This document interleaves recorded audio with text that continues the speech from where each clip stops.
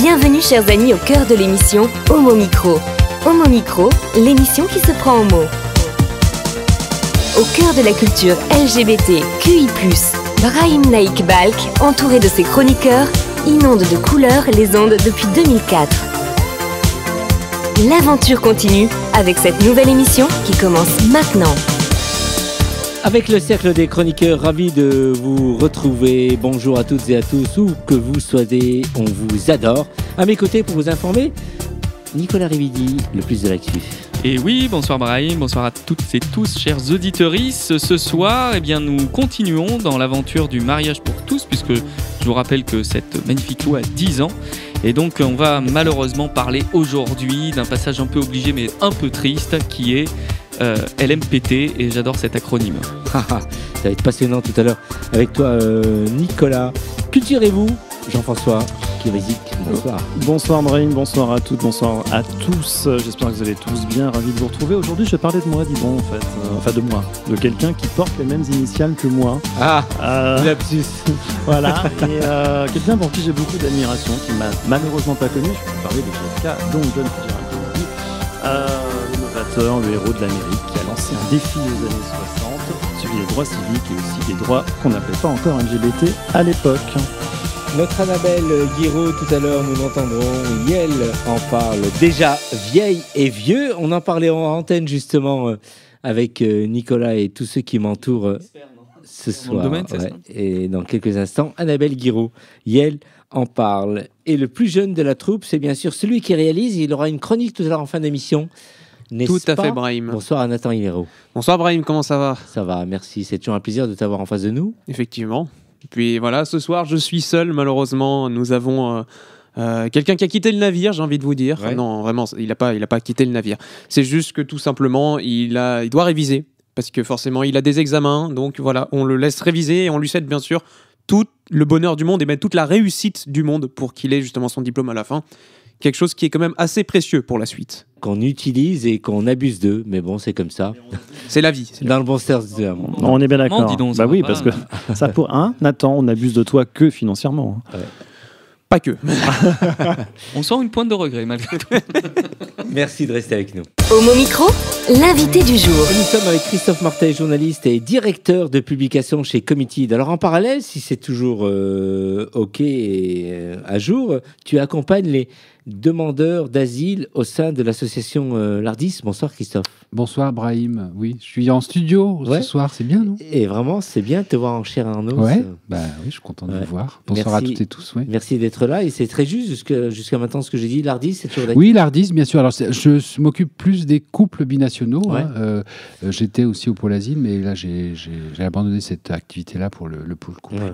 Alors, depuis de nombreuses années aussi, tu cumules, alors j'ose pas dire, au moins une quarantaine d'années d'expérience dans les médias. On se souvient de Tétu, puis tu as aussi cofondé yag.com en passant par City Manager pour le réseau social Gayernet. Tu es auteur du livre Les combattants du sida paru chez Flammarion en 2093. Non, en 1993. Un combat qui nous a aussi marqué, surtout celui-ci, en tout cas moi, celui où tu as milité entre 1990 et 2004, Act Up, Paris. Et ton parcours, tu as aussi réalisé des documentaires sur la crise du sida, comme chacun le sait. Et en étant aujourd'hui connu pour ton activité dans la lutte contre le VIH, tu deviens le nouveau président de Vers Paris sans sida. Est-ce que j'ai oublié des choses avant? Oh, t'as oublié plein de trucs, mais qui sont dis-nous, de c'est l'ordre important. de... Non, c'est très bien, c'est parfait.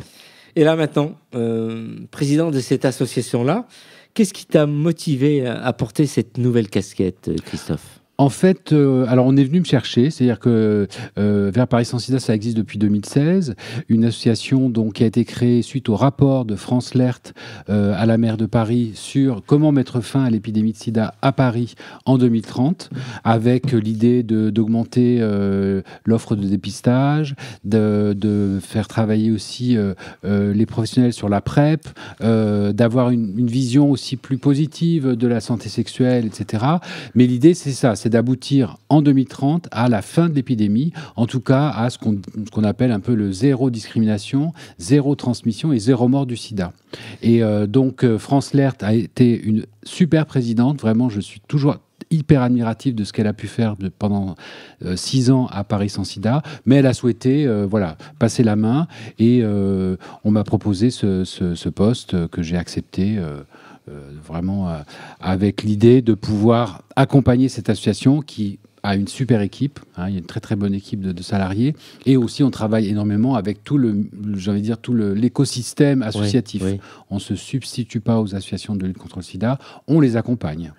Et alors aujourd'hui, tu peux nous dire quel est le constat un peu de la situation du VIH à Paris ?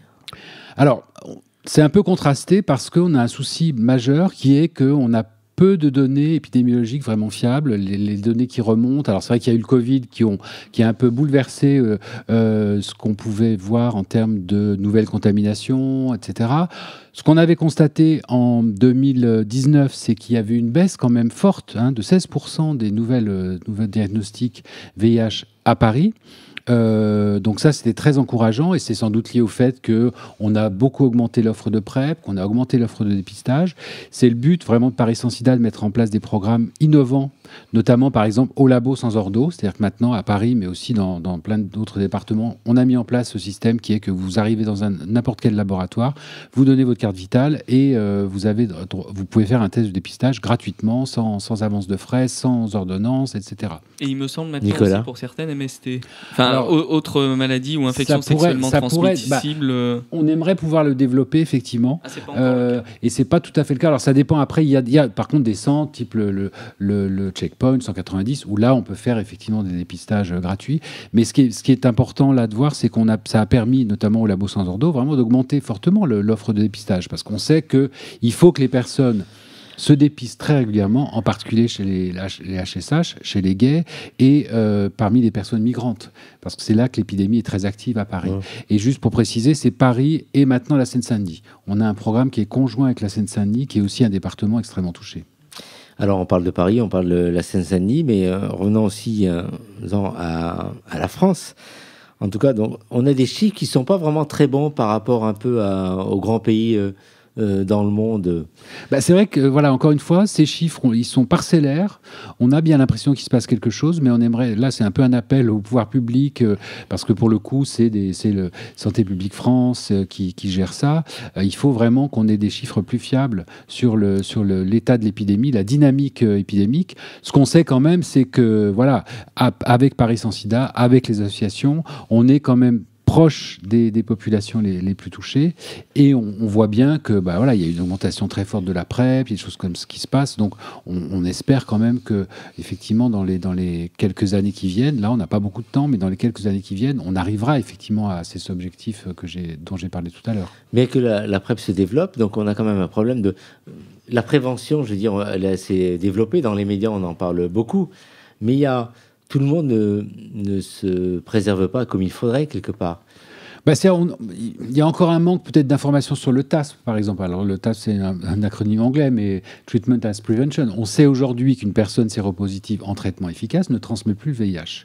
C'est ça aussi qui fait tout l'intérêt de cette politique. Ouais. Dépistez-vous. Si vous êtes séropositif, suivez un traitement. Ça veut dire qu'en l'espace de quelques semaines, quelques mois, vous ne pourrez plus transmettre le VIH. C'est à la fois un gain personnel pour la personne qui est séropositive de le savoir et d'être traité, parce que comme ça, on évite évidemment toute progression vers la maladie, vers le sida. Mais en plus, on sait que du coup, on ne transmet plus le VIH. Donc, c'est un bénéfice collectif, communautaire, je dirais. C'est-à-dire qu'on casse la chaîne de transmission aussi. Parce que le problème, c'est souvent ces personnes qui, ne se sachant pas séropositives, n'ont pas forcément acquis tous les gestes de prévention. Et donc, l'épidémie va comme ça s'auto-alimenter, si je puis dire, ou en tout cas, va continuer dans une dynamique forte.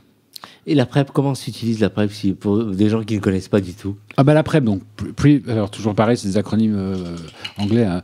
Voilà. Ah tiens, il nous sort Nicolas Rividi qui nous sort carrément Voilà. le petit Badino. Donc c'est un comprimé. Ouais. Alors ça dépend à la demande ou en continu. Si vous le prenez tous les jours ou vous le prenez lors des rapports sexuels. C'est accompagné, c'est important de le dire, vraiment d'un suivi des IST, justement, puisque la PrEP, le médicament PrEP, qui est contenu dans la PrEP, prévient du VIH, mais pas des autres IST. Donc il y a maintenant des études qui ont montré qu'avec un vaccin, avec des antibiotiques, on pouvait peut-être aussi prévenir un certain nombre d'IST, d'infections sexuellement transmissibles bactériennes, syphilis, bléno, chlamydia, quand même, c'est important. Donc là, c'est en cours de développement et de mise à disposition. On parle beaucoup de chemsex. Alors le chemsex qui se développe de plus en plus à Paris ou même ailleurs, est-ce que c'est un phénomène qui démontre que l'on a tendance parfois, je veux dire, à plus se préoccuper de l'aspect prévention? Quand on utilise des substances, on se lance et on prend des risques. On en est plus ou moins au début conscient, mais finalement, on recherche plus ou moins le plaisir qu'autre chose. Alors le chemsex, c'est vrai que pour l'instant, on y travaille, hein, bien sûr, mais encore une fois, vers Paris sans sida, on ne gère pas toutes les questions, mais il y a des groupes qui ont été constitués, dont fait partie un membre de l'équipe de Vers Paris sans sida, pour essayer de voir comment communiquer, comment travailler à l'information des personnes qui sont usagères de produits psychoactifs dans le cadre sexuel, hein, parce que c'est ça le chemsex. Hein. Mais aussi, moi, mon opinion personnelle, là je vais jouer un peu le politique, mais mon opinion personnelle, c'est que je pense qu'il faut effectivement communiquer un peu plus aussi sur les risques, parce que on n'est pas tous égaux devant la drogue, on n'est pas tous égaux devant les usages de drogue. Parfois, vous avez des personnes qui vont très, très bien pouvoir gérer leur consommation, et il faut comprendre pourquoi, il faut les accompagner, et il faut bien sûr maintenir, tu as raison, vraiment ces gestes de prévention qui sont à la base des campagnes de prévention par rapport au VIH, aux IST, mais aussi, je pense qu'il faut quand même aussi informer sur les dangers. Il y a des gens qui meurent, il y a des gens qui sont dans des mésusages qui font que voilà, ils vont être très vite désinsérés. Je pense que là, on a aussi cette carte à jouer sur l'information, sans vouloir stigmatiser, sans vouloir juger, mais en informant quand même très précisément. Ouais. Quel conseil on pourrait donner aux jeunes qui n'ont pas connu le sida, qui ont des aventures aujourd'hui et qui prennent des risques, ils se disent finalement, moi je n'ai rien, il n'y a pas de raison qu'il m'arrive quoi que ce soit, et que finalement ils prennent des risques sans forcément compter quelque part. Alors j'ai pas envie de dire qu'ils prennent des risques. Moi je dis, il faut que les gens soient conscients que voilà, l'épidémie elle est là, elle est pas terminée. On fait tout pour qu'elle diminue le plus possible. Un jeune il prend la PrEP. Enfin c'est pas très compliqué. Ouais. C'est un médicament. Il y a très peu d'effets secondaires. En plus ça permet d'avoir un suivi. Si on est séronégatif aujourd'hui, on prend la PrEP. Voilà. Et si on ne veut pas prendre la PrEP, il y a effectivement les préservatifs. Mais je pense qu'aujourd'hui on a des outils qu'on n'avait pas il y a 10-15 ans. Ouais, la PrEP, ça n'existait pas. Et le TASP, on n'avait pas encore la notion qu'une personne séropositive en traitement ne transmet plus le VIH. Ça veut dire aussi que pour les femmes, eh bien, elles peuvent aussi s'engager dans des parcours en couple avec des parcours d'enfants, etc., etc. Donc, c'est quand même, aujourd'hui, on n'est plus dans cette idée de risque ou de personne à risque ou de prendre des risques. Non, je pense qu'il faut que chacun soit conscient effectivement de son niveau d'information, et puis oui, on se protège avec la PrEP, on se protège avec le préservatif, on se protège si on est séropositif, on prend un traitement, on essaie de suivre un traitement, et surtout dans la communauté LGBT, gay à Paris en particulier, et HSH au sens large, donc les hommes ayant des relations sexuelles avec les hommes, on se dépiste très fréquemment, sans doute au moins tous les 3 mois. Et lorsqu'on a le VIH, on vit bien aussi, donc il y a des traitements. Oui, alors après, c'est mieux de pas l'attraper, mais bon, aujourd'hui, une personne séropositive, elle a une vie quasiment normale, avec un traitement, bien sûr. Mais ce qui est important, c'est ça, c'est de pas aussi essayer de différencier entre séropos, séroneg, non, on est tous dans ce combat, et on a tous notre carte à jouer, et surtout maintenant, on sait ce qu'on peut faire, et on sait comment se préserver vraiment avec tous les outils qu'on a à disposition. Quels sont les projets de ton association ? Paris sans sida, là, par exemple, au-delà de la question de prévention, on a mis en place, j'y pense, un MOOC auprès des agents, notamment de l'état civil à la mairie de Paris, pour accueillir les personnes trans. parce que bien sûr, elles sont amenées à devoir faire des papiers, à faire des démarches, etc. Et donc, ce MOOC permet justement aux agents de faire toute la différence entre le genre, la sexualité, l'orientation sexuelle, l'identité de genre, etc. Donc, on leur propose ce MOOC et on espère qu'il pourra être développé. Pourquoi je dis ça ? C'est parce que quand je parlais d'approche positive aussi de la santé sexuelle, c'est aussi que Paris Sans Sida se bat bien entendu pour l'égalité réelle et l'égalité des droits. Ça passe aussi par ça, la santé. Si vous vous sentez effectivement exclu ou discriminé, bien entendu que votre santé, ça va passer au second plan. Donc nous, on se bat aussi beaucoup pour l'égalité réelle, que ce soit effectivement pour les personnes trans, les personnes LGBT, pour les migrants, parce qu'on sait que là, on va devoir faire face à un gouvernement qui prépare, après la loi retraite, une loi immigration, asile, qui va être très dure pour les personnes exilées. Donc, ils ont déjà supprimé la ME. Et ils veulent supprimer. Alors, ils veulent supprimer. Il y a un amendement. Déjà dans les... C'est vrai, dans les cas. C'est dans les cartons. Bon, apparemment, le gouvernement est contre, mais en tout cas, voilà, il y aura à se battre. Et se battre pour les droits, c'est aussi se battre pour la santé. Ouais. Merci en tout cas, Christophe Marté, pour ton combat. Des questions, Jean-François? Ouais, j'avais une question. Alors déjà, je suis ravi de te rencontrer, parce que c'est assez impressionnant d'avoir quelqu'un qui s'est battu aussi longtemps pour une juste cause. Et moi, j'avais une question. Est-ce que tu as des informations sur un éventuel vaccin ? Parce qu'on en parle, et je crois que les vaccins ARN ont un peu accéléré la recherche. Et le vaccin, c'est vrai que c'est... Alors, pour certains, ce serait le Graal, c'est-à-dire de pouvoir avoir un vaccin, mais très sincèrement, là, les recherches, elles existent. Récemment, la NRS a communiqué sur un candidat vaccin, mais franchement, on en est encore très, très loin. Je crois, de mémoire, le dernier vaccin qui vraiment montrait une certaine efficacité, c'était en Thaïlande, mais c'était une efficacité de l'ordre de 30%. Ça montrait quand même qu'on pouvait faire quelque chose. Mais j'ai envie de dire, le meilleur vaccin, c'est quand même le traitement pour les personnes séropositives. Si aujourd'hui, on traitait toutes les personnes séropositives, ou en tout cas l'immense majorité, les fameux 90 ou 95% de personnes traitées, on met fin à l'épidémie. L'épidémie s'arrête parce qu'il n'y a plus suffisamment de transmission. Et on sait combien de gens meurent aujourd'hui du sida en France ? C'est encore... Alors en France, on meurt moins du sida. On meurt souvent de maladies associées. Opportunistes. Mais c'est quand même quelques centaines de personnes par an. Ce qui n'est pas rien. Ce qui n'est pas rien. Et dans le monde, on est sur des centaines de milliers encore. Alors que les traitements sont efficaces. Ouais. Les traitements ne coûtent quasiment plus rien. On est sur des génériques qui coûtent presque rien. Enfin, en tout cas, très très peu cher. Avec des programmes tels que le Fonds mondial, où là, on met beaucoup d'argent, mais pas suffisamment. On a 40% des personnes qui se savent séropositives qui n'ont pas accès à un traitement. Et ça, c'est insupportable. Nicolas ?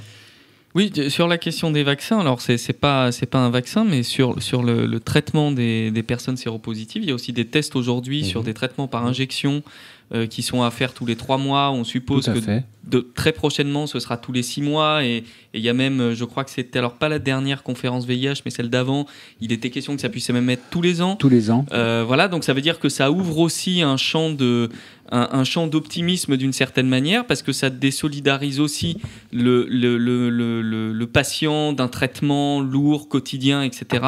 Et du coup, ça change aussi forcément la façon dont la maladie est perçue et dont la vie des personnes séropositives est perçue. Donc, et justement, plus on va vers ça, et comme le disait Christophe, plus on va vers ça, plus on va vers le TASP, et donc plus on va vers la fin de l'épidémie. Donc ça se gère de tous les côtés. En fait, il ne faut pas que des gens se pensent être étrangers à ça. Il y a un truc qui m'a fait tilter quand tu as posé la question tout à l'heure sur les jeunes en disant ils n'ont pas connu le sida. En fait, c'est mensonger de dire que les jeunes d'aujourd'hui n'ont pas connu le sida. Les jeunes d'aujourd'hui sont dans une épidémie, alors qui est certes plus contrôlée, avec des traitements, c'est pas ce qui pouvait y avoir au milieu des années 80 ou voilà, mais malgré tout, il faut qu'on ait tous conscience que c'est une œuvre collective, qu'il n'y a pas les séropositifs d'un côté, les séronégatifs de l'autre. On doit lutter ensemble. Je pense qu'en fait on oublie, tu m'arrêtes si je me trompe Christophe, mais on oublie que le sida est une maladie mortelle. C'est ça surtout qui se passe chez les jeunes aujourd'hui. C'est mortelle si elle n'est pas traitée. Bien sûr, non mais en fait ça c'est le raccourci qui est fait, c'est non mais on n'en meurt plus donc c'est pas grave. C'est ça qui se passe en réalité, je pense. Christophe? Alors, c'est vrai que le sida, c'est pas vraiment une maladie. Enfin, c'est un syndrome, on va pas rentrer là-dedans. Mais non, mais clairement aujourd'hui, en traitement, voilà, on contrôle l'infection à VIH, et donc oui, on ne meurt plus du sida. Donc clairement, il faut répéter ce message que à travers le dépistage régulier, on fait le check-up tous les 3 mois, on se dépiste pour les IST, on se dépiste pour le VIH. C'est pour ça que moi, un de mes combats, ça va être aussi de justement permettre des dépistages gratuits VIH, IST, parce que les gays, c'est ça qui les intéresse, de faire leur check-up, mais il faut qu'ils le fassent régulièrement. Aussi chez les HSH migrants, parce qu'on s'est rendu compte que les chiffres que je citais tout à l'heure de baisse des contaminations, enfin des nouveaux diagnostics à Paris, on s'est rendu compte que ça touchait surtout les gays du Marais, je les appelle, et que les personnes afrodescendantes étaient moins concernés par peut-être les messages de prévention. Donc un de mes combats, ça va être ça, d'augmenter, de faire en sorte d'avoir plus d'actions auprès des HSH migrants. Christophe Martet, merci en tout cas, vraiment. Merci à toi, est vraiment formidable. Invité. Et en plus de ça, où tu trouves le temps pour faire tout ce que tu fais. Et c'est toujours admirable de voir quelqu'un qui lutte et qui combat en permanence et qui donne sa vie, si je puis dire. Attends, j'ai d'autres occupations. Heureusement, oui. J'ai un mari, voilà. On en reparlera lors d'une prochaine émission de ton mari, d'ailleurs, si tu veux. Oui, je ne suis pas sûr, mais on verra. Merci, Christophe. Merci, ouais. Un site internet, une adresse, dis-nous. Une adresse mail, éventuellement. Ah oui, c'est ça, voilà. Non, mais bon, vers Paris Sans Sida, vous allez voir, il y a un super rapport d'activité. Et puis, moi, je vais aussi, c'est mon métier de journaliste, donc je vais aussi faire en sorte qu'on soit mieux connu. Moi, je dis toujours, on fait beaucoup de choses, mais il faut le faire savoir. Ouais. Donc voilà, ça va être aussi un petit peu de mon dada de faire en sorte que cette association, qui est vraiment une belle association, puisse avoir une plus grande notoriété. Merci. Tu restes avec nous pour la suite? Oui, bien sûr, avec plaisir. Un sujet qui nous intéresse tous dans quelques instants. Merci. Homo Micro, le cercle des chroniqueurs. Et le sujet, c'est bien sûr avec Annabelle Guiraud. Elle en parle, déjà vieille et vieux, n'est-ce pas, Annabelle? Bonsoir, comment vas-tu? Bonsoir Brahim, bonsoir à toutes et tous. Et oui, aujourd'hui, en cette période tumultueuse des réformes des retraites, on va se questionner à partir de quel âge est-on vieille ou vieux? Ça veut dire quoi être vieille ou vieux en France en 2023? Tout dépend de l'image que nous renvoie la société de notre propre image. Tout dépend de notre capacité aussi à se faire confiance et à braver les barrières de l'âge qui appartiennent qu'à celles et ceux qui les fixent. Voilà, je vous ai posé le décor pour les 5 minutes à venir. Vous êtes prêts? Alors allez, je vous embarque avec moi. On va partir dans la galaxie des seniors, un espace qui ne cesse de croître. Tiens, on va commencer par les sports. Quand on fait une compétition, on est classé par catégorie, en fonction de son poids, par exemple, pour les sports de combat, les arts martiaux. Mais dans la majorité des cas, cette classification est fonction de la date de naissance. En préparant ce sujet, je me suis rendu compte que l'on est senior et vétéran, donc la classe au-dessus, à des âges différents selon la discipline sportive. Tenez, par exemple, on peut être on peut être master, c'est la nouvelle terminologie depuis 2019, à 30 ans en cyclisme, 35 ans en athlétisme, 40 ans en tennis de table, 50 ans en parachutisme, voire 66 ans à la voile. C'est fou cette dichotomie agiste en fonction de l'effort physique. Et les vétérans au travail, on en parle? Allez, quand on se focus sur la gestion de carrière et la formation professionnelle, un salarié est considéré senior à partir de 45 ans. Oui, 45 ans, vous avez bien entendu, alors que la durée de cotisation pour la retraite ne cesse d'augmenter. Si on regarde cette fois-ci d'un point de vue politique de l'emploi et le droit au chômage en particulier, on est senior à partir de 50 ans. Possiblement plus avantageux aussi pour certains marqueurs statistiques du retour à l'emploi. En bref, jouez votre carrière de salarié vers 30-40 ans, après ça va devenir plus hard. D'autant plus si on tient compte d'autres facteurs de discrimination, et je pense aux femmes qui ont eu des enfants. Ça sera le sujet d'une autre chronique. Bon, alors, y a-t-il un pilote dans l'avion pour arbitrer, pour harmoniser sur ce fameux âge administratif de vieille ou vieux? Tentez de vous proposer que l'on pourrait compter sur notre statisticien national et de référence, l'INSEE. Eh bien, à ce qui paraît, on est jeune entre 18 et 29 ans et personne âgée dès 65 ans. Entre les deux, on n'est ni jeune ni vieux. Allez, j'arrête de vous parler de paperasse, de retraite, d'administratif. Je vous propose un petit entracte humoristique. Vous vous rappelez du mini-sketch de Florence Foresti, vieille ou pas vieille? Allez, on se le refait en direct sur Homo Micro. C'est parti. Je parle comme une vieille, mais je suis vieille. Certes, j'ai connu la guerre, mais j'ai connu Bransky Beat et Duran Duran. Je sais que je suis vieille. J'ai fumé dans les avions, j'ai fumé dans les trains, j'ai fumé dans des restaurants, j'ai même fumé dans des wagons-restaurants. J'ai roulé sans casque, j'ai conduit sans ceinture, j'ai bronzé sans protection. J'ai eu des phares jaunes et des sièges en jean. J'ai écouté des faces A et des faces B. J'ai fait de la science nat et de l'EMT. J'ai passé un bac qui n'existe plus. J'ai bu du Malibu, j'ai mis de l'Obao et de l'Impulse. J'ai mangé des Twix et des Red Airs. J'ai connu Michael Jackson noir et Madonna jeune. J'ai mis du Studio Line sur mon carré asymétrique et je me suis fait un décollement de racines. J'ai porté des vues harnais sur la tête, des Burlington aux pieds et souvent il y avait des crics autour. J'ai dansé des pogos, des lambada et même des slow en discothèque. J'ai roulé à 180 sur l'autoroute et à 2 sur un chapitre. J'ai fait des chèques enfants et des numéros de téléphone à 7 chiffres. J'ai eu un Minitel, des Maxi 45 et un 90 au cul. Alors, ça vous parle dans le studio? À vous aussi, chère auditrice, chers auditeurs? Oui, ça te parle, Brahim? Ça me parle vraiment et je suis content d'être vieux. Voilà, c'était avant, quand on était plus jeune, on va dire moins vieux. Aujourd'hui, nous baignons aussi dans le jeunisme. Prenons l'exemple du cinéma et les premiers rôles rarement distribués à des femmes au-delà de 50 ans. Même si les Oscars ont fait exception cette année, avec Michelle Yeoh, 60 ans, et Jamie Lee Curtis, 64 ans, respectivement récompensées meilleure actrice et meilleur second rôle féminin. On peut citer aussi le jeu des chaises musicales dans les médias télévisuels, sans compter l'usage des filtres grotesques de rajeunissement sur les réseaux sociaux. Perso, moi, j'en ai marre de tout ça. Et si on marchait au positivisme sur le sujet de l'âge grandissant? On peut avoir des cheveux blancs, des rides, de la patte d'oie, se sentir rouillé à la descente du lit. Et alors? C'est ça qui fera dire que nous sommes des vieilles et des vieux schnocks? Non. Ce qui fait rester dans le coup, c'est d'avoir des objectifs et suffisamment d'énergie pour les mener à bien.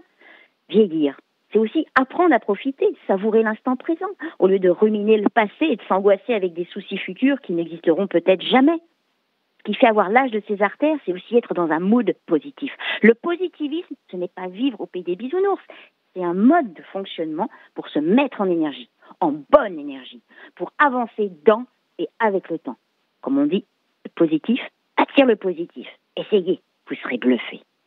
Allez, je vous propose de se quitter en musique avec la fantasque Brigitte Fontaine et sa chanson Prohibition. Take care à toutes et tous. Avant donc de retrouver Nicolas Rividi pour sa chronique Le plus de l'actu, je voudrais que vous réagissiez un peu sur le son qu'on vient d'écouter. La chronique d'Annabelle, ça nous parle tout ça, Christophe, ça notre nous invité. parle et c'était très drôle en plus. Ouais. Donc, ouais. Mais l'âge, moi je trouve que ça veut rien dire l'âge. Moi j'ai 64 ans bientôt, et je sais pas, j'ai pas du tout l'impression d'avoir 64 ans. Ouais. Et il y a des gens à 20 ans qui peuvent être déjà vieux. Effectivement. Donc, ouais. Et con. Et con. Jean-François? Un jeune con redevient un vieux con généralement, il n'y a pas de raison non plus. Non, l'âge, on s'en fout un peu. Ce que je trouvais drôle, c'est ce que, par rapport aux comédiens, effectivement, aux comédiennes surtout, c'est assez injuste quand on décerne un prix, mais rappelons-nous, il y a eu Charles Vanel qui a joué jusqu'à la fin de sa vie, Jean Gabin qui a joué les patriarches. Donc, c'est vrai qu'aux États-Unis, c'est peut-être moins évident. Et puis, il y a un truc aussi qui est assez drôle, c'est que, je sais plus ce que je voulais dire, tiens, ça commence comme ça en fait. C'est ça. Non, voilà, en fait, ce qui est drôle, c'est que drôle ou pas d'ailleurs, c'est que dans les hôpitaux, on est vieux et senior. Senior quand on est médecin, quand on a passé 60 ans, et vieux quand on a dépassé 60 ans, on finit en gériatrie déjà. Ouais. Donc c'est vrai que 60 ans, nos jours, c'est rien, on vit de plus en plus vieux. Donc il y a quelque chose qui n'est pas forcément très clair.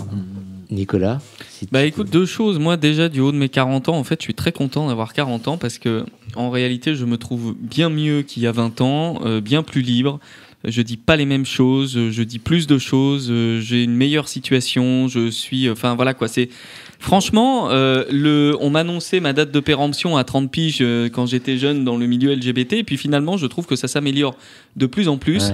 Ouais. Voilà, donc c'est quand même... je crois que c'est... Ouais. Voilà, faut pas cracher sur le vieillissement. Et le deuxième truc, c'est qu'il y a quelques années en Hollande, un monsieur qui très sportif, en excellente santé, etc., qui a déposé un recours devant la justice pour faire modifier son âge.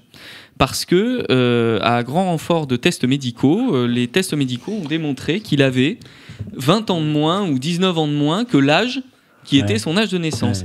Et je trouve ça très intéressant parce que alors que nous avons remporté un combat sur... nous sommes en train de remporter un combat sur le genre Et donc sur l'idée que finalement le biologique est quelque chose qui n'enrégimente pas la société, eh bien on pourrait très bien imaginer, parce qu'une personne vieille, elle se trouve discriminée par exemple pour faire un prêt immobilier, elle se trouve discriminée pour tout un tas de choses. Et donc si des gens effectivement peuvent revendiquer, avoir et faire prouver, faire attester qu'ils ont médicalement un âge qui n'est pas leur âge biologique, eh bien, je trouve que c'est intéressant. Voilà, je m'arrête là.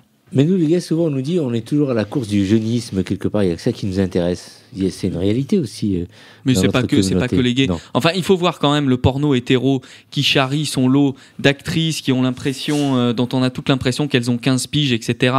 Enfin, je veux dire, à un moment, il faut arrêter de se noircir le tableau pour nous-mêmes.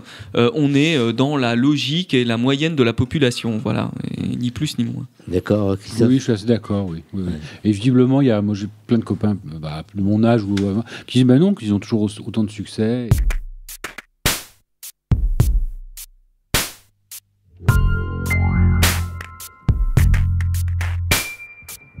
J'exhibais ma carte senior sous les yeux goguenards des porcs qui partirent d'un rire obscène vers ma silhouette de sirène. Je suis vieille et je vous encule avec mon look de libellule. Je suis vieille et je vais crever. Un petit détail oublié. Passez votre chemin bâtard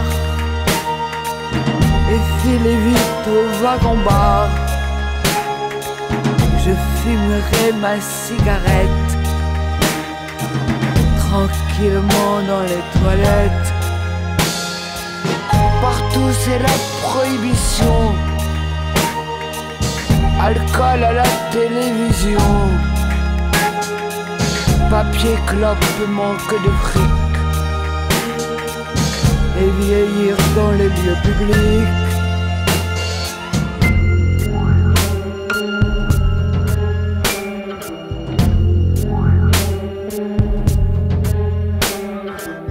Partout c'est la prohibition. Paroles, cris, fornication. Foutre interdit à 60 ans. Ou scandale et ricanement. Je suis vieille et je vous encule avec mon look de libellule. Je suis vieille et je vais crever.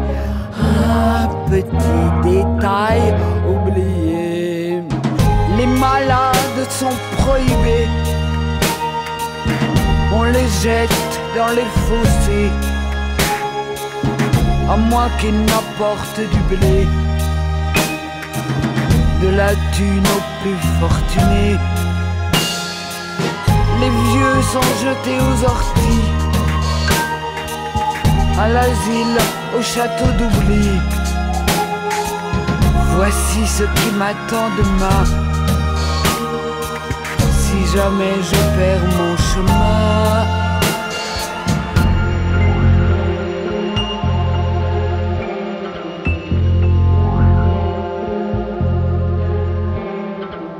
J'ai d'autres projets, vous voyez. Je vais baiser, boire et fumer. Je vais m'inventer d'autres cieux, toujours plus vastes et précieux.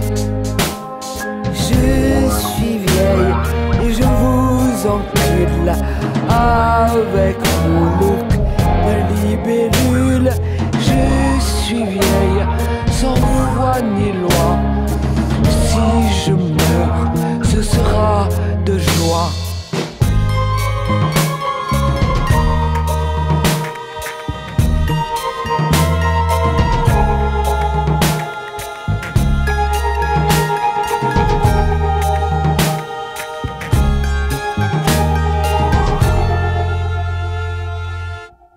micro, le cercle des chroniqueurs. Et nous en arrivons à la troisième partie du mariage pour tous, Nicolas, dans le Quiz Public. Je te remercie de suivre, Brahim. Donc voilà, comme Christophe le faisait remarquer, je n'ai pas de notes. Cette chronique est de semaine en semaine un peu improvisée. Ça m'aide à mobiliser ma mémoire. Tu nous démontres tes talents. Exactement, c'est uniquement pour être adulé par tout le monde, voilà, comme d'habitude. Oui, alors aujourd'hui, on parle malheureusement de la Manif pour tous. Il faut bien en parler. Alors avant de commencer, un petit sondage autour de la table. D'après vous, à quand remonte la source, l'origine idéologique de la Manif pour tous? La date, l'année ou l'année, on va dire. L'année ou le moment. Il y a vraiment une idéologie. Eux le revendiquent. 2012. 2012. Oh, je suivrai Christophe pour ça. Moi, je pense que c'est un peu avant. Pour que tu poses la question, ça doit remonter assez loin, non? Alors en fait, c'est très intéressant et c'est David Paternotte qui nous l'apprend. C'est un sociologue et historien belge et qui a beaucoup travaillé sur la question de ces mouvements anti-mariage et puis anti-LGBT en général. En réalité, ça remonte au milieu et fin des années 90. C'est-à-dire qu'au milieu et fin des années 90, l'ONU, dans un rapport sur les droits des femmes, introduit le mot de genre. Et à partir de cette introduction du mot de genre par ce rapport-là, en fait, il y a eu une levée de boucliers. Alors d'abord des réactionnaires américains, et puis dans leur sillage des réactionnaires chrétiens un peu partout sur Terre, qui se sont fédérés autour de ça et qui ont vu là, dans l'emploi de ce mot de genre à la place du sexe, en fait, déjà une première attaque des organisations, enfin de l'organisation supranationale qu'est l'ONU, à ce qu'ils estiment être la réalité biologique, la fameuse réalité biologique, et donc le fait qu'il y a des hommes et des femmes, que c'est immuable et que, a fortiori, c'est eux qui organisent et qui entretiennent la reproduction, la vie de famille, etc.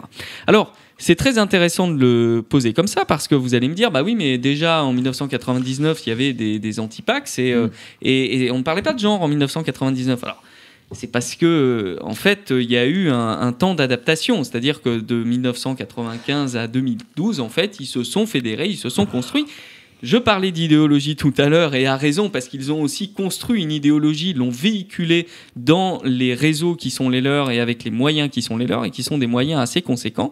Et tout ça, finalement, a permis de construire un discours en 2012, qui était somme toute assez différent du discours de 1999, puisqu'en 99, on en était rendu à « il est hors de question que les gays ou les lesbiennes puissent former des couples ». En 2012, on se garde bien d'attaquer sur ce plan-là. Même certains anti-mariages nous expliquent que finalement, un Pax amélioré, ce serait pas si mal, après avoir chié dessus 10 ans avant. Et donc, on est sur le genre, la protection des enfants, etc. Alors, avec cette idéologie, comment s'organise et qu'est-ce qui se passe dans la période mai 2012, mai 2013 avec la Manif pour tous?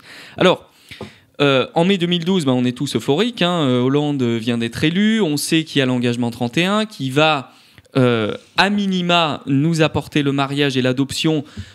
On a essayé de faire passer la PMA à ce moment-là.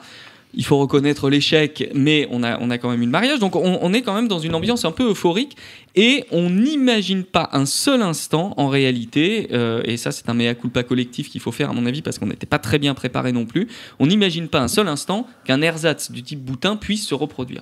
On se dit les temps ont changé, c'est pas possible que ce genre de discours revienne dans le débat public. Et au mois d'août de cette même année, au mois d'août 2012, il y a une prière qui est rédigée par la Conférence des évêques de France. Et la Conférence des évêques de France se positionne politiquement. Donc c'est une prière qui est lue pour le 15 août, en fait, qui a vocation à être lue dans toutes les églises de France. Et donc dans ce texte de prière, l'Église de France, représentée par la Conférence des évêques, s'oppose très fortement au mariage pour tous. Bon, premier red flag, premier warning. Nous, on passe un peu outre, on est encore dans l'euphorie du truc. Et ce qu'on ne voit pas, c'est que peu de temps après, il y a une réunion qui est organisée à Paris par la Conférence des évêques de France, avec dedans des personnalités comme Christine Boutin, comme Alain Escada du groupe Kivitas, avec également celle qui deviendra l'égérie des anti-mariages, que personne n'avait vu venir non plus, Frigide Barjot, alors qui certes était un peu la cato-faux-folle ces dernières années, mais qui était aussi habituée de soirées gays, etc. Elle l'a revendiqué d'ailleurs pour justifier son action. Et donc, la Manif pour tous est fondée officiellement à l'issue de cette réunion-là. Et de cette réunion-là découle tout le reste. C'est-à-dire à la fois le fait que c'est Frigide Barjot et plus généralement des femmes qui vont porter ces sujets, puisque après que Frigide Barjot se soit fait lourder, c'est Ludovine de la Rochère qui a repris le flambeau. Et donc, que ce soit Frigide Barjot qui porte ce message. Ensuite, la logique de revendication très inspirée des revendications américaines, c'est-à-dire on sort du serre-tête machin, on est sur quelque chose de très fun, très festif. Il est intéressant de voir à quel point nous avons été pillés dans nos modes de revendication par ces gens-là pour justement retourner ce qu'on utilisait, cet environnement festif, etc., contre nous. Et le fait aussi qu'on tolère dans ces manifestations les groupes extrémistes comme Civitas, mais on les met un peu de côté. C'est là que ça s'est décidé, et c'est là que ça a été même entériné par Civitas d'ailleurs, qui s'est vu obtenir des relais médiatiques qu'il n'aurait pas pu envisager en temps normal. Alors, qu'est-ce qui se passe entre le mois d'août et le mois de novembre, date de la première manif pour tous? Nous, on travaille, on est à l'œuvre, on rencontre les ministères, etc. Et la manif pour tous, on entend quelques éructations, mais pas grand-chose de plus. Et puis arrive, ça doit être le 17 novembre de mémoire, je crois, et arrive ce jour-là, point de départ à d'Enfer-Rochereau.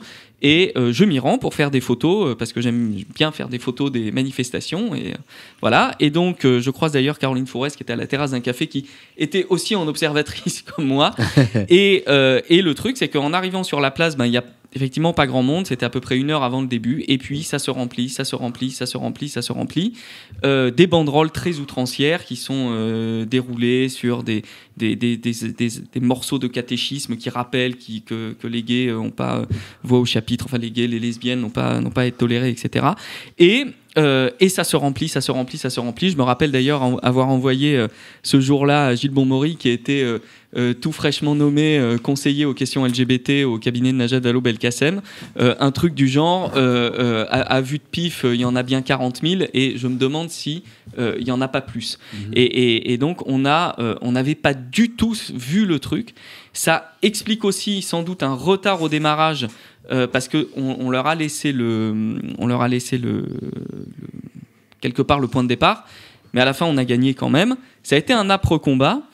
La manif pour tous n'est pas morte, et c'est bien le problème. D'ailleurs, très récemment, on parlait de droits de l'enfant dans des affaires de pédophilie ou je ne sais quoi, et qui est-ce qu'on a invité? Ludovine de la Rochère, pour nous faire état de ça. Donc, on a montré quand même avoir gagné. La manif pour tous a, à mon avis, fait infléchir le gouvernement sur la PMA.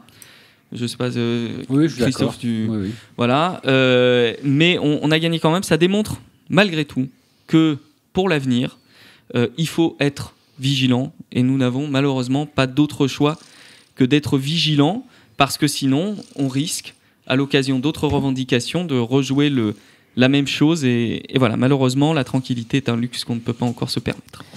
Merci pour ce fait historique. C'est vrai qu'il faut être toujours vigilant et toujours rester sur ses repères et toujours combattre, Christophe. Oui, et je me souviens d'un édito de l'époque où je disais il faut répondre coup par coup à la manif pour tous, parce que comme on savait que la loi était prévue, que ça avait été dans le programme, comme tu l'as rappelé, Nicolas, de Hollande, on n'avait pas de doute que la loi allait passer. Et en même temps, si, on a quand même, on ne s'est pas passé très loin en fait. Souvenez-vous de François Hollande qui à un moment avait même parlé de clause de conscience, etc. Et que pendant plusieurs mois, on a laissé vraiment le champ libre à la manif pour tous. Elle était invitée sur tous les plateaux. Et par contre, ceux qui défendaient ce principe d'égalité, ceux qui défendaient la loi, on les entendait pas. Et moi, je disais, y compris à l'intérieur LGBT, mais il faut plus parler, il faut plus leur répondre. Vous pensez qu'on est dans le bon droit et qu'on est dans le bon chemin? Ben oui, certes, mais il y a quand même vraiment des forces très hostiles. Et, voilà. Et sur l'hostilité des forces, par exemple, une anecdote, c'est que la première manifestation que nous avons organisée, qui partait place de la République et qui est arrivée de mémoire à Luxembourg, son parcours a été modifié 2 jours avant l'événement par la préfecture de police de Paris. Et on a su plus tard qu'en fait, elle n'a pas été modifiée par n'importe qui à la préfecture de police de Paris, mais par les réseaux très bien implantés des réactionnaires proches de la manif pour tous, qui avaient vu là un bâton dans les roues à nous mettre Et donc ça prouve qu'à chaque niveau, en fait, il y a eu des tentatives pour nous faire mordre la poussière. Merci pour ce rappel historique et tu as été encore une fois brillant, Nicolas. Et sans note. Et sans note, en plus, ça, il faut bien le dire. Merci, Nicolas. Homo Micro, le cercle des chroniqueurs. Il est l'heure de retrouver Jean-François Kéruzic. Que tirez-vous ? Eh bien oui, bien écoutez, chose promise, chose due. Moi j'ai des notes, hein. J'ai pas. Bon, pas ça suffit. La prochaine fois, je suffisamment- viens avec une feuille, même avec des trucs que je lis pas, mais au moins. Non, mais on te croira même pas. Moi j'ai décidé de parler de moi, donc de JFK, l'éminent 35e président de la République, président des États-Unis, pardon. Pas président d'État, parce qu'il n'a échappé à personne que cette année 2023, c'est le 60e anniversaire, ce mot est peut-être pas très bien choisi, mais commémoration de l'assassinat de John Fitzgerald Kennedy. Et un certain Frédéric Martinez, auteur de son État, a publié il y a quelque temps un ouvrage qui s'appelle tout simplement John Fitzgerald Kennedy et qui revient non pas sur son assassinat, mais plutôt sur l'homme qu'était Jack Kennedy, puisque c'est comme ça qu'on l'appelait.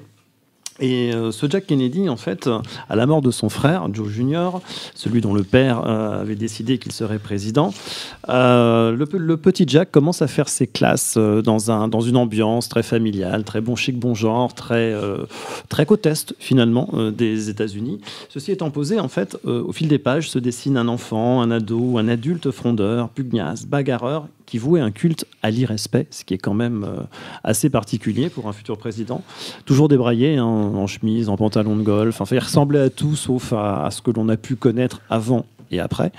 Il faut qu'on se rappelle quand même qu'à cette époque-là, on était sous Roosevelt. Enfin, ils étaient, parce que nous moins, mais ils étaient sous Roosevelt. Et Roosevelt était un président démocrate, mais pas non plus le plus rock'n'roll qui soit. Ce garçon, Jack Kennedy, est doté d'une grande intelligence, d'une force de travail et d'un talent évident.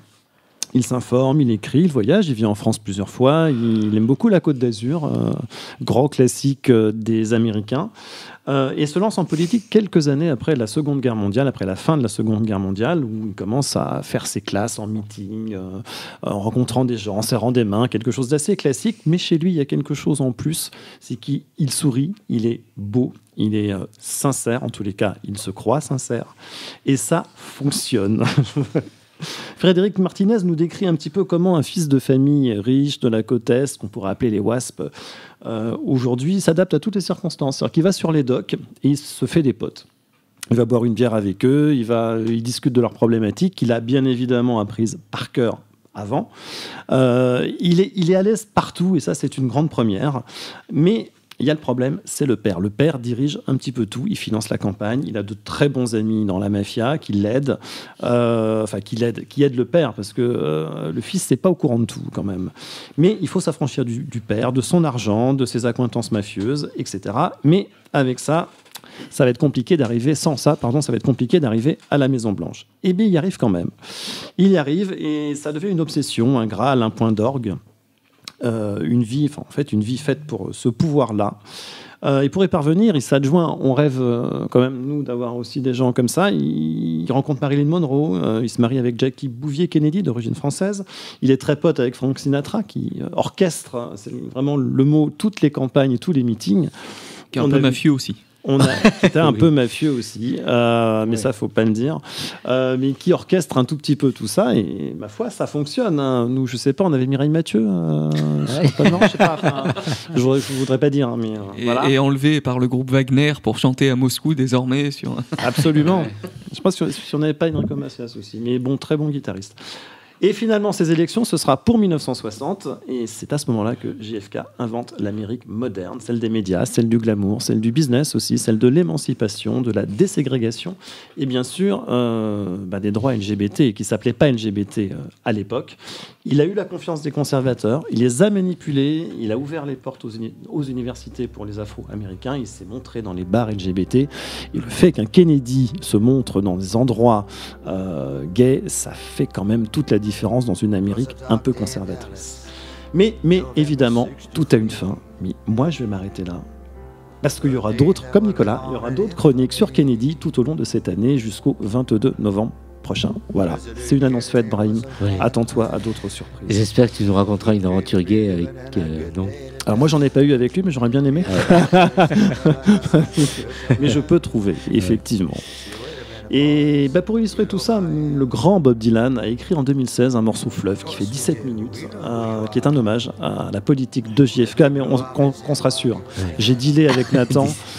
3 minutes, voilà, 3 minutes seront parfaites. Ouais. Voilà, ça donne un petit peu l'ambiance.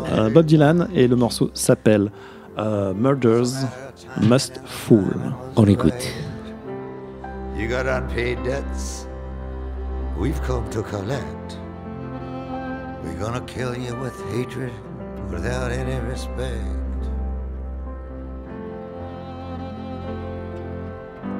We'll mock you and shock you, and we'll grin in your face. We've already got someone here to take your place. The day they blew out the brains of the king, thousands were watching, no one saw a thing. It happened so quickly, so quick by surprise, right there in front of everyone's eyes. Greatest magic trick ever under the sun, perfectly executed, skillfully done. Wolfman, oh wolfman, oh wolfman, howl. Rub-a-dub-dub, it's a murder most foul.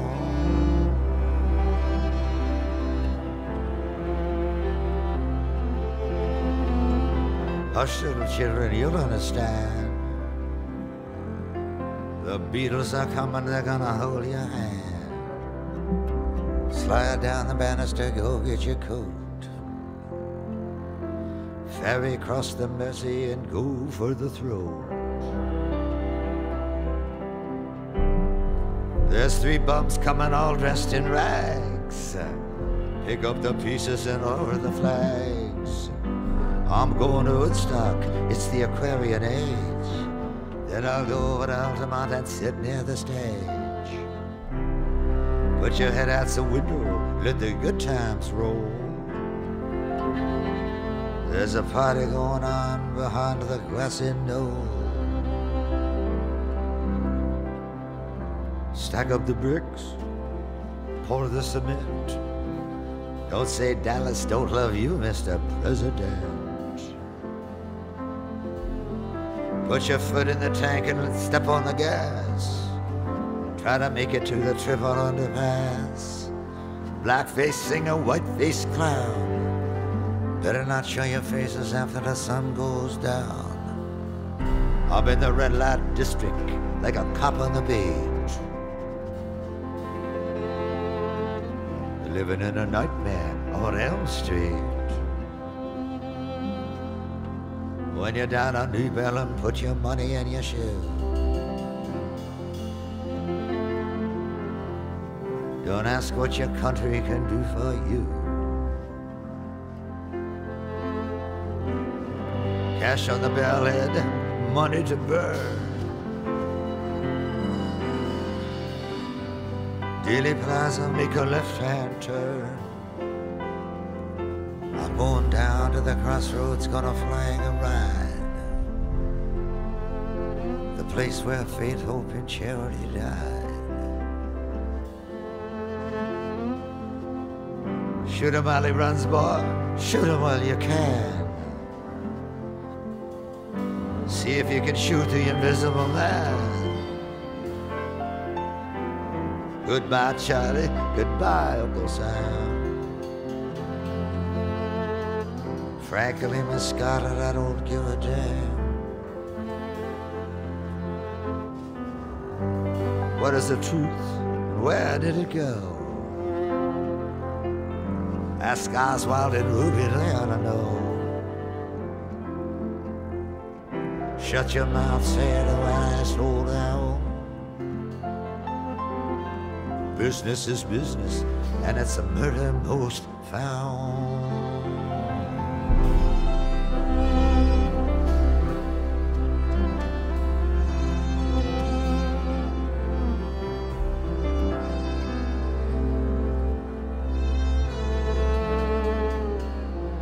Tommy, can you hear me? I'm the Ancient Queen. I'm riding in a long black Lincoln limousine, riding in the back seat next to my wife, heading straight on into the afterlife. I'm leaning to the left and got my head in her lap. Oh Lord, I've been led into some kind of a trap. Well, we ask no quarter do we give. We're right down the street from the street where you live. They mutilated his body and they took out his brain. What more could they do? They piled on the pain. But his soul was not there where it was supposed to be at. For the last 50 years, they've been searching for that. Freedom, oh freedom, freedom over me. I hate to tell you, mister, but only dead men are free. Send me some love and tell me no lie.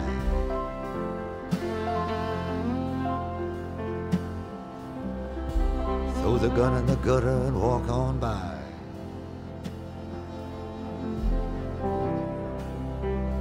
Wake up, little Susie, let's go for a drive.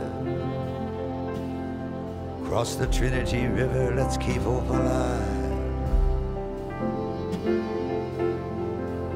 Turn the radio on, don't touch the dials. Parkland Hospital, only 6 more miles. You got me dizzy, Miss Lizzie, you fill me with lead. That magic bullet of yours has gone to my head. I'm just a patsy like Patsy Cline. Never shot anyone from in front or behind.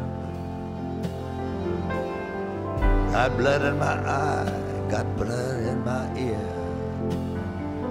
I'm never gonna make it to the new frontier. Stupidest film I've seen like before. Seen it 33 times, maybe more. It's vile and deceitful, it's cruel and it's mean. Ugliest thing that you ever have seen. They killed him once and they killed him twice. Killed him like a human sacrifice. The day that they killed him, someone said to me, son, the age of the Antichrist has just only begun. Air Force One coming in through the gate. Johnson sworn in at 2:38. Let me know when you decide to throw in the towel. It is what it is, and it's murder most foul.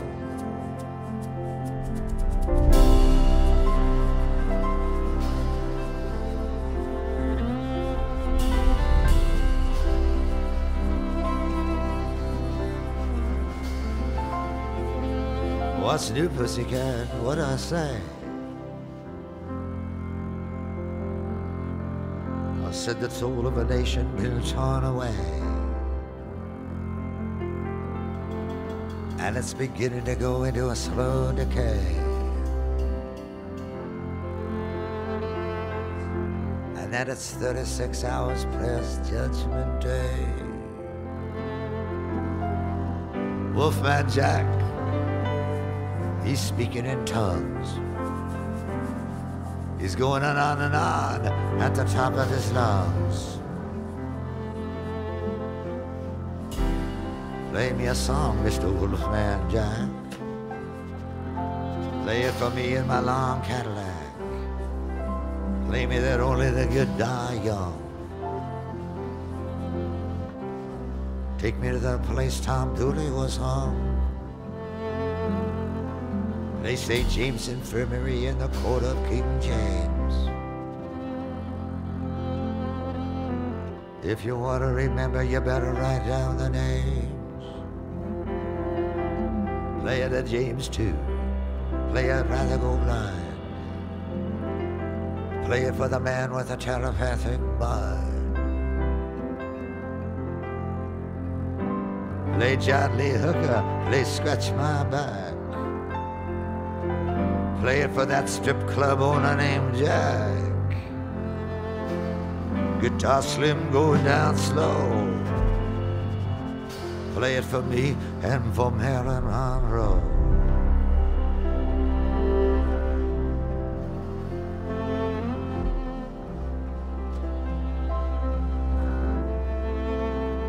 Play Please Don't Let Me Be Misunderstood.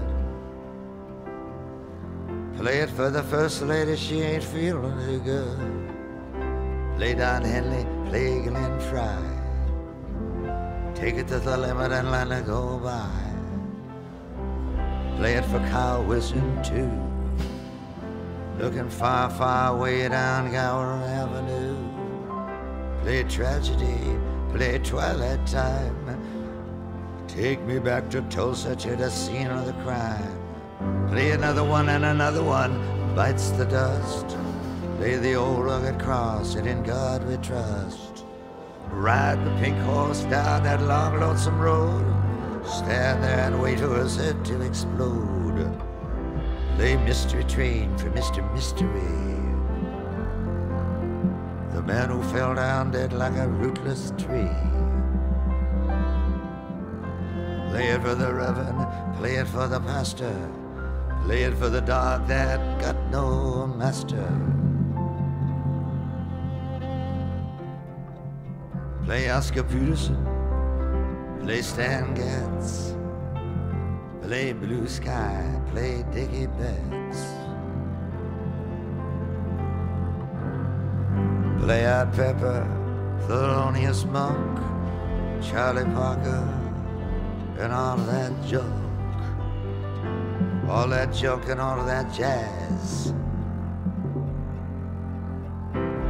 Play something for the Birdman of Alcatraz. Play Buster Keaton, play Harold Lloyd. Play Bugsy Siegel, play Pretty Boy Floyd. Play the numbers, play the odds. Play Cry Me a River for the Lord of the Gods. Play number 9, play number 6. Play it for Nancy and Stevie Nicks. Play Nat King Cole, play Nature Boy. Play down in the boondocks for Terry Malloy. Play It Happened One Night and One Night of Sin. There's 12 million souls that are listening in. Play Merchant of Venice, play Merchants of Death. Play Stella by Starlight for Lady Macbeth. Don't worry, Mr. President. Help's on the way. Your brothers are coming. There'll be hell to pay. Brothers, what brothers? What's this about hell? Tell them we're waiting, keep coming. We'll get them as well. Love Field is where his plane touched down, but it never did get back up off the ground. It was a hard act to follow, second to none. They killed him on the altar of the rising sun. Play Misty for me and that old devil moon. Play Anything Goes and Memphis in June. Play Lonely at the Top and Lonely Are the Brave. Play it for Houdini spinning around in his grave. Play Jelly Roll Morton, play Lucille. Play Deep in a Dream and play Driving Wheel. Play Moonlight Sonata in F sharp. And the key to the highway for the king of the harp. Play Marching Through Georgia in Dunbarton's drums. Play Darkness and Death Will Come When It Comes. Play Love Me or Leave Me by the Great Bird Town. Play the Bloodstained Banner, play Murder Most Foul.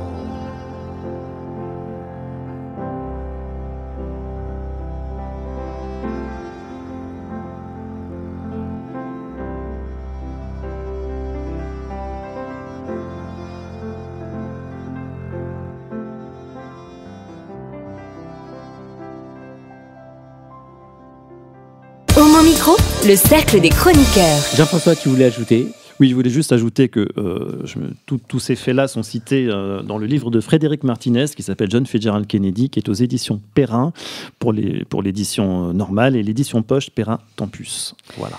Merci Jean-François. Et pour cette dernière chronique de l'émission Homo Micro, nous retrouvons Nathan Hilero dans un exercice assez rare, on va dire, une chronique pour nous parler des gamers. De quoi s'agit-il ? Alors, je vais vous expliquer très clairement où est-ce que je vais en venir. Déjà, je vais commencer par ça. Je vais commencer par un post Twitter que j'ai vu il y a une semaine de ça et qui m'a mis en rogne pour une raison qui est un peu spéciale. Déjà, cette phrase. Le mec, il a pris que 1 mois de ban alors que ses propos relèvent du pénal. Je vous laisse sur votre faim par rapport à ça.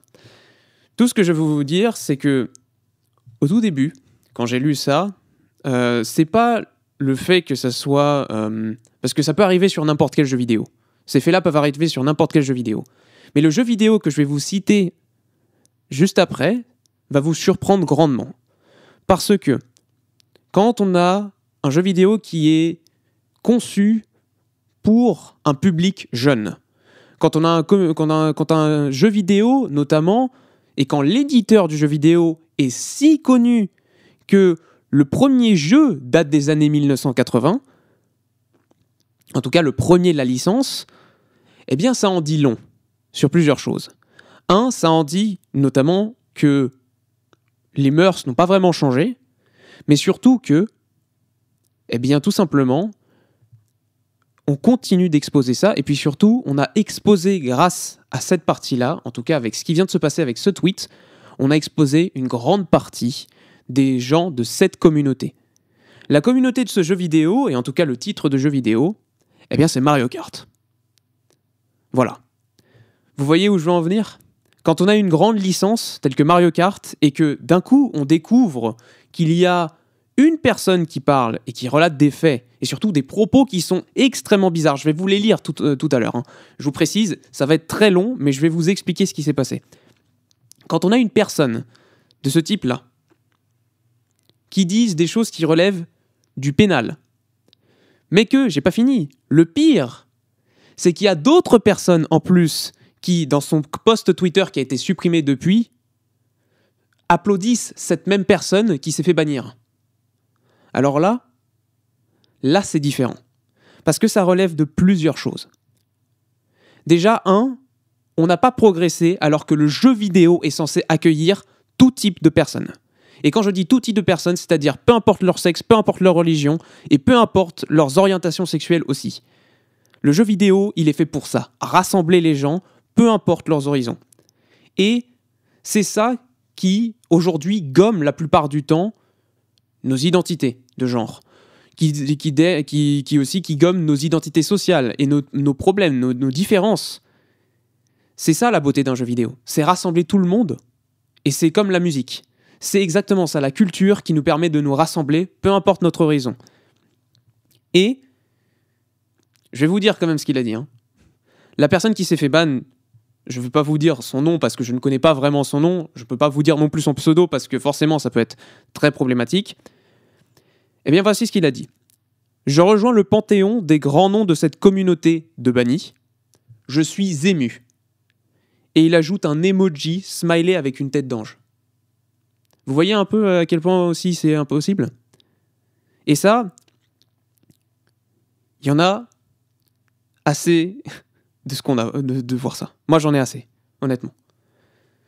C'est quelque chose qu'il ne faudrait jamais reproduire. Et c'est quelque chose qui nous a éclairci aussi pas mal de choses. Pourquoi ? Parce que ça veut dire que une grosse majorité, qui de moins se cache, peut être comme lui. Mais du moins, et je vais vous dire en tout cas, il y a quelque chose en tout cas qui me sidère, c'est que quand vous faites et quand vous dites des propos qui sont mais inacceptables dans un ban de la communauté Mario Kart, et surtout de telle ampleur, parce que c'est surtout des jeunes qui jouent à ces jeux vidéo. Ces jeunes-là, ils ont entre 15 ans, parce que c'est forcément, en plus, c'est un socle particulier dont je parle. Il ne s'agit pas seulement des amateurs ou des choses comme ça, non. Là, je parle d'une communauté e-sportive, ce qui est encore pire. Les communautés e-sportives, c'est des gens qui font des compétitions qui sont donc classées, qui remportent à la fin, par exemple, de l'argent, et qui sont soutenus par des équipes. Donc, la personne en question ne faisait pas partie d'équipe, elle était là, elle faisait partie par contre des joueurs très bien placés sur le serveur. Et ça prouve aussi pas mal de choses. La première chose en tout cas que je veux faire passer par rapport à ça, c'est notamment cette partie du discours. Voici ce que cette personne du coup dit. L'homosexualité dans notre société. C'est une pratique très répandue dans des civilisations humaines depuis la nuit des temps. C'est même devenu une pratique légale en France et dans pas mal de pays développés. Pour l'instant, tout va bien. Il n'y a pas de propos dérisoires, ça va. Cependant, une grande partie de la population refuse de se laisser aller à ce genre de pratique sur le fondement des principes religieux notamment. Et là, on commence le dérapage. La société se divise entre deux camps qui donnent lieu à de nombreux affrontements violents, ce qui ne me déplaît pas. Vous voyez ? Et ce qui ne me déplaît pas est entre parenthèses, mais ça veut dire qu'il le pense vraiment. On doit donc chercher pourquoi l'homosexualité existe, déterminer si c'est bien ou pas, même si la question sera vite répondue, et de déterminer si c'est naturel homo ou non. Ça paraît complètement dérisoire. Donc, il va même jusqu'à sortir la définition du dictionnaire de l'homosexualité. Et il dit, on en déduit donc que l'homosexualité est une attirance sexuelle pour une personne de son sexe. Et il met entre parenthèses et en majuscule XPTDR. Ce n'est pas fini. Pourquoi être attiré sexuellement par un individu du même sexe ? Pourquoi être attiré par un individu avec qui on ne pourra pas se reproduire ? Car le principe du sexe, c'est justement de se reproduire et la nature est claire là-dessus. Un gamète mâle plus un gamète femelle égale enfant, donc nouvel individu. Vous voyez à quel point ça peut aller loin ? Et ça encore, je vous ai fait qu'une partie du discours. Mais je vais arriver quand même à la fin. Il dit « Moi je donne mon avis, mais je ne tenterai pas de changer les choses. » Au final, si c'est la vie de savoir et apprécier le présent tel qu'il est, et le présent est un bain de sang. Déjà, c'est bizarre. Donc, je l'apprécie. Encore plus bizarre. On ne renchérit pas sur quelque chose comme ça. Qu'est-ce que vous allez changer à ce bain de sang ? Allez-vous sauver les générations futures ? Vous ne pouvez rien y faire. Suite à cette fin de prise de parole, qui est quand même très longue, parce que il faut savoir que j'ai 4 screenshots qui sont enregistrés, c'est quasiment un pavé, c'est quasiment 4 pages de Word, le truc. C'est pour ça, je vous ai fait juste un extrait. Suite à ça, il y a un utilisateur qui était dans le même groupe, qui lui pose ainsi une question. Si tu vois un autre membre du coup de la communauté, cette personne d'ailleurs est ouvertement gay, et l'a ouvertement affirmé. Si tu la vois se faire tabasser parce qu'il est gay, est-ce que tu regardes simplement, tu participes au lynchage ou tu ne fais rien ? Sur ce quoi il répond : je regarde, je ne pourrais pas le défendre. Voilà. Ça, c'était officiellement mon coup de gueule. Et je dis, et il y a eu un sondage qui vient de se finir par rapport à ça, qui dit que les bans justement sur la communauté, parce qu'il n'a pris qu'un mois, cette personne n'a pris qu'un mois, il va donc suivre une nouvelle règle à l'intérieur de la communauté où maintenant le ban va passer de 1 mois à au moins 6 mois, voire même 1 an. Voilà, c'était mon coup de gueule. Je pense qu'on en reparlera aussi plus la prochaine fois parce que c'est quelque chose de plus important et j'ai beaucoup de choses à vous dire par rapport à ça, notamment le fait qu'il y ait une association de LGBT pour justement le protéger contre ça. Je vous en parlerai la semaine prochaine, ça sera incroyable. Merci d'avoir écouté cette chronique du moins, j'espère que vous avez apprécié. Et en tout cas, pour ce coup de gueule qui méritait justement de dire tout ce que tu viens de développer, ça démontre bien que Homo Micro a le droit encore de continuer le combat, n'est-ce pas, Christophe? Oui, tout à fait. Bien Et sûr. merci d'avoir répondu à l'invitation. Mais avec plaisir. Et à très vite pour des prochaines aventures avec Committed. Aussi. Rappelle-nous le nom de ton association. Committed.fr. Ah, vers Ouais. Paris sans sida. Ouais. Voilà. Merci, à très vite. Au revoir, Nicolas. Salut tout le monde et à la prochaine fois. Au revoir, Jean-François. Au revoir Brahim, salut tout le monde et à la Merci. prochaine fois. Merci Annabelle d'être intervenue tout à l'heure. Merci pour la réalisation Nathan Hilero. Tout de suite, c'est une émission musicale qui va suivre sur Fréquence Paris Pluriel. On vous embrasse et à très vite dans le prochain podcast. Ciao, ciao. Hey! Oh non! Cette émission est maintenant terminée. Mais un conseil, retrouvez l'ensemble des podcasts d'Homo Micro, l'émission qui se prend en mots, sur toutes les bonnes plateformes de streaming.